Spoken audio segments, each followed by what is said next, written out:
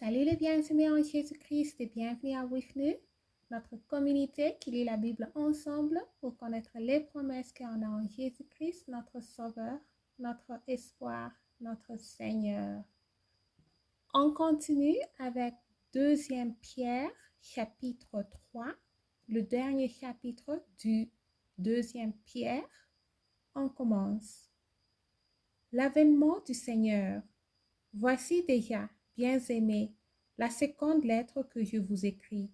Dans l'une et dans l'autre, je cherche à éveiller par des avertissements votre sainte intelligence, afin que vous vous souveniez de choses annoncées d'avance par les saints prophètes et du commandement du Seigneur et Sauveur enseigné par vos apôtres.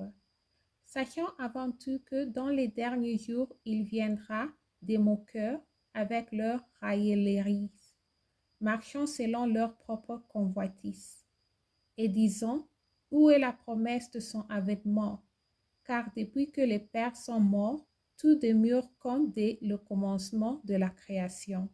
Ils veulent ignorer en effet que des cieux existent autrefois par la parole de Dieu, de même qu'une terre tirée de l'eau est formée au moyen de l'eau, et que par ces choses le monde d'alors périt, submergé par l'eau, tandis que par la même parole, les cieux et la terre d'à présent sont gardés et réservés pour le feu, pour le jour du jugement et de la ruine des hommes impies.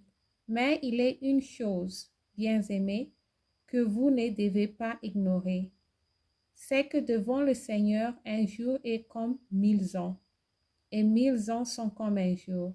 Le Seigneur ne tarde pas dans, je tourne la page, l'accomplissement de la promesse, comme quelques-uns le croient.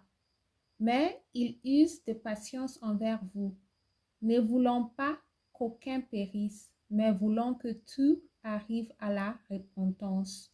Le jour du Seigneur viendra comme un voleur. En ce jour, les cieux passeront avec fracas, les éléments embrassés se dissoudront, et la terre avec les œuvres qu'elle renverse sera consumée.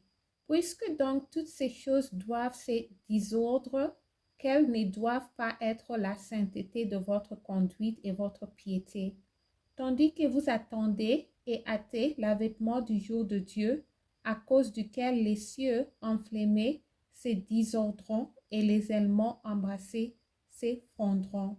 Mais nous attendrons selon sa promesse de nouveaux cieux et une nouvelle terre où la justice habitera.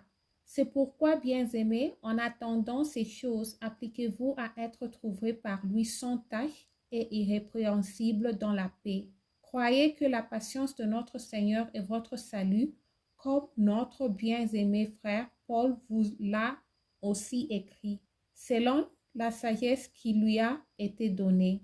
C'est ce qu'il fait dans toutes les lettres où il parle de ces choses, dans lesquelles il y a des points difficiles à comprendre, dont les personnes ignorantes et mal affermies tortent les sens, comme celui des autres écritures pour leur propre ruine. Vous donc, bien-aimés, qui êtes avertis, mettez-vous sur vos gardes, de peur qu'entraînés par l'égarement des impies, vous ne veniez à déchoir de votre fermeté, mais croisez dans la grâce et dans la connaissance de notre Seigneur et Sauveur Jésus-Christ.